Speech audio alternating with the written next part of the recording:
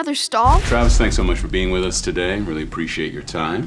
When you're growing up, playing with puppets or dolls, like, how did that come to be in your household? I'm sure it's not every parent's dream to have their child come to them and say, hey, you know what, I have a deep and abiding passion to play with dolls for a living. I was happy to see you. Who's a good boy, huh? This was something that I was drawn to from the youngest age that I can remember. And so I suppose in some way it didn't come as a surprise to my folks. I wasn't, you know, one of the popular kids. I was kind of the weird kid who loved to kind of create and be on his own and do his own thing.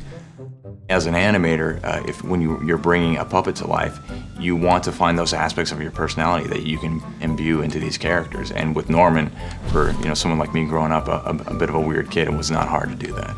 I think more of the work goes into it from the people in Portland that created these characters in the world, that they really drag you into the world of Norman.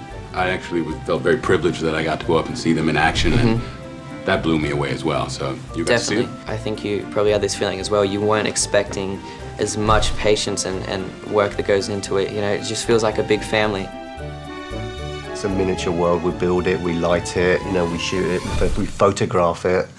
And our animators are performers. I mean, it's a very slow form of performance, admittedly. They do about 5 seconds a week, but it is them putting their soul into this puppet. Ooh, what you got there, Geekula? No, give it back! Norman, in many ways, is autobiographical for Chris Butler, the guy who wrote and directed it with Sam Fell. Probably about 16 years ago, I had this initial seed of an idea for a stop-motion zombie movie for kids. It was very much influenced by all these things that I grew up watching. In a lot of ways, it's a fantastical version of his own life. But the interesting thing for me is that it's basically the story of effectively everyone at Leica. We were all kind of the weird kid. We were all outcasts and misfits, people who didn't quite fit in with the cool kids.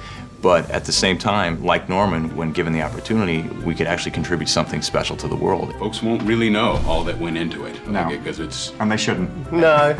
For all the labour and the tedium and the patience and all the detail of it, the great thing about it is that you can control that image so well. The artistry, it just allows you to make something that is really beautiful.